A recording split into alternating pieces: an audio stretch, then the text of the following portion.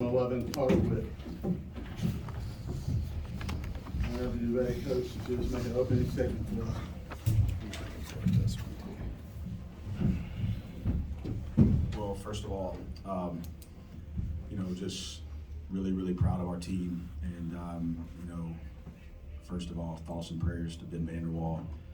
We found out just before the game that he had to go get evaluated, and it literally was when we got to the arena, and so to be able to have to, Tyrese going down the day before our first game on Thursday, Alex Williams out, and then Ben Vanderwall out, and to find out basically an hour before tip, a team that's accustomed to playing 9 or 10 to go out there with 7 and to get the job done, and for guys to step up, it makes you proud, to be their coach. And it wasn't easy. They came out and they banged like 3 or 4 threes immediately, and then there was guys that were getting winded, and we just had to keep our tempo. We had to keep to our identity.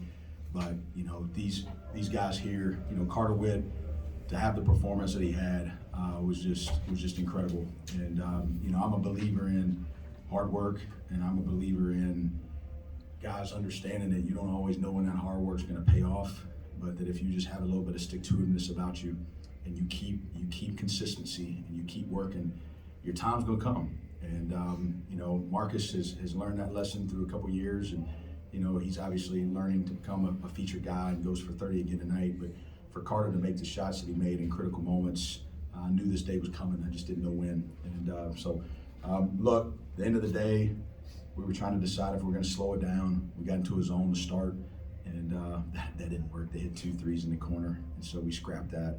And then we just decided to keep the tempo, and we ended up scoring 21 points in transition. And I think that ended up being a huge difference in the game. Carter, just talk about your aggressiveness in the second half.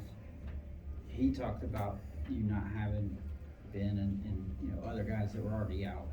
How much of that was an influence on the way you played in the second half?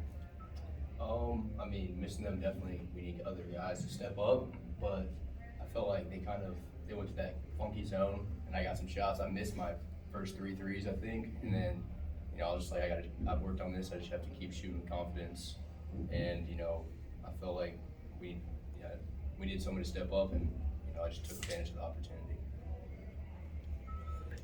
Coach, you started with Bowser and Heen to start off with, and you had to go to a smaller lineup. What was the change going into that?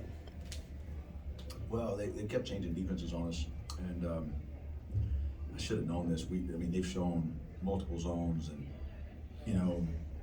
I used to be an assistant at Charleston Southern, and back in the day, Cliff Ellis would always have a triangle and 2 ready, and I can actually remember a time where we were playing in Charleston, and we had a person that couldn't shoot that was a really good player, and then we had a freshman that could really shoot. And so basically what he was doing was he was forcing us to play the freshman, and whenever we brought in the really good player that couldn't shoot, he went triangle and 2. And then we would send the freshman that could shoot to the table to get him out, and he'd go man-to-man. And then we'd put the other player back in because they were in man, and he'd go triangle and 2. And he's an unbelievable coach, as we know.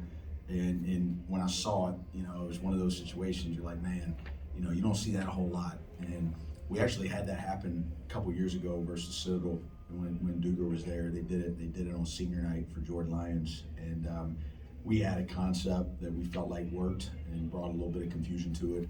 And once we settled in, we kept running that over and over, and that's when Carter made a couple of those big shots. And that's the game. That's what's fun about it, right? Like you go in with a plan, and you got to adjust, and you got to adapt, and guys got to step up. But for this team to trust the movement, we were getting some cuts on them, but for us to trust the movement and to finish the night with 27 assists, which is Furman basketball. That's what we do. We share it, we move it, and it was good to see that ball popping like it was. Marcus, I'm sort of a old soccer guy, so used to teach guys that you touch the ball towards the goal. So when you're coming off, I don't know, a handoff or a screen, your dribble's always going towards the basket, and it allows you to get your body between the defender and the goal. Has that something you've been working on?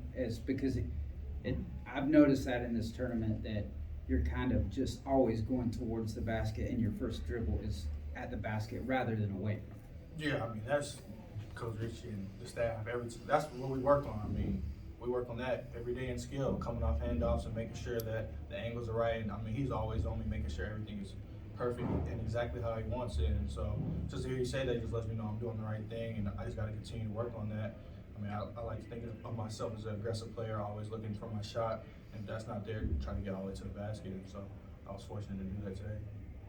You're setting a pretty high bar with a 30-point-a-game average in this tournament. I'm not worried about that. I'm just really happy we got the win. You know, that's most important. Yesterday, I wasn't really too impressed with the 30 because we lost, and it was a pretty embarrassing loss. But today, I'm much more happy because we got the win, and everybody else played good too. So it was much more fun today.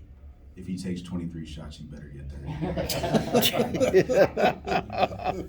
Coach, they made a run, cut it to 67-65 with about 6 minutes left.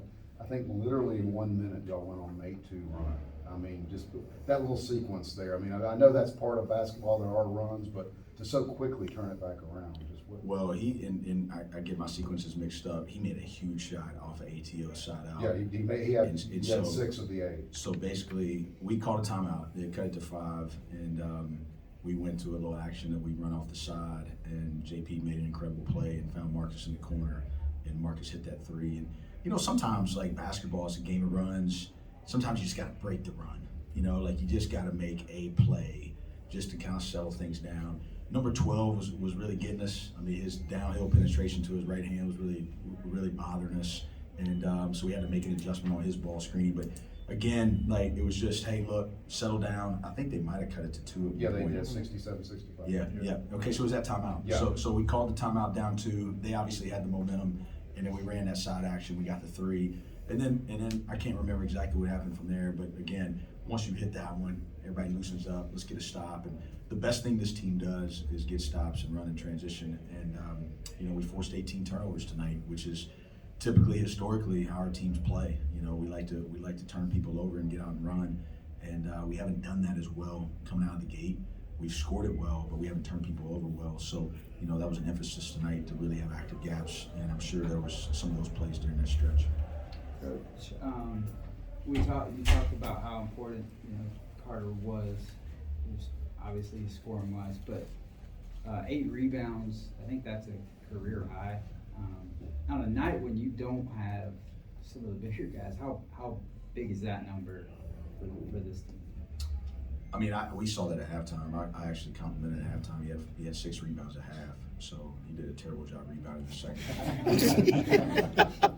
But he started making shots. You know, Marcus used to rebound when he didn't make as many shots. So there's like a correlation around here. When you start making shots, you quit rebounding. But we knew at halftime that Carter was playing well, and it was before he started making these shots. And we say all the time as a program, you know, we stole it from Brad Stevens when they were making those runs at Butler. But the game honors toughness, and I think tonight that was just an illustration that the game honors toughness. Like he played tough in the first half. He goes out there and he gets 6 rebounds. We didn't have another guy with more than 3 at half, and he was playing the right way. And sometimes when you do that, it just allows yourself to just lose yourself in the game, and then all of a sudden you take your pressure off making shots, and then the ball starts going in. And you know, look, Carter's probably the most publicly recognized player on our roster, you know, and he made the decision to come here and to transfer here, and he's worked his tail off to work through some things that might not be ideal,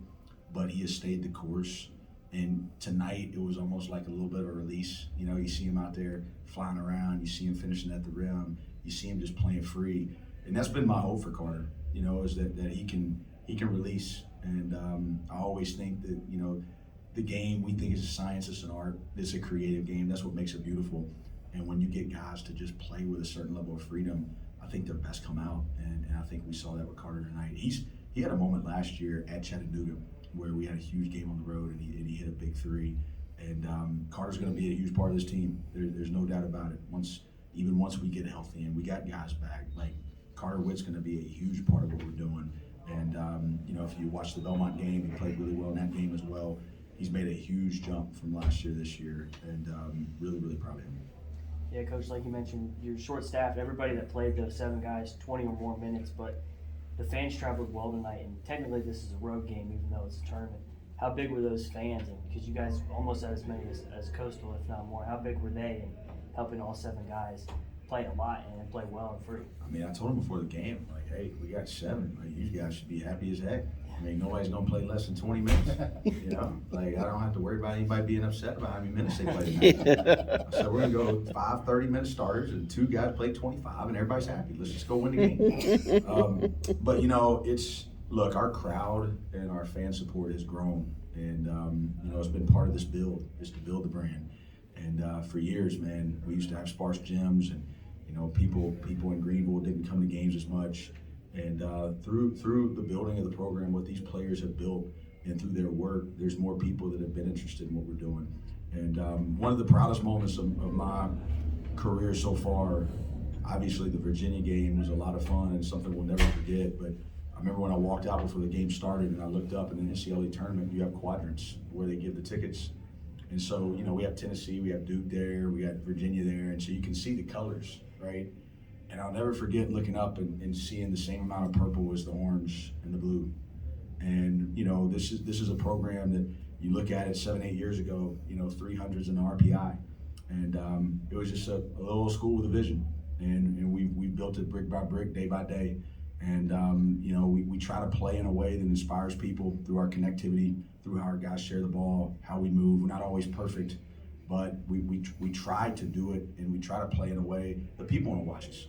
And to see how many people came down to Myrtle Beach, just regular fans, you know, and it's something that we want to continue to build. And we're in an unbelievable city with an unbelievable degree, and we've got a great program, and, you know, we've got more to go.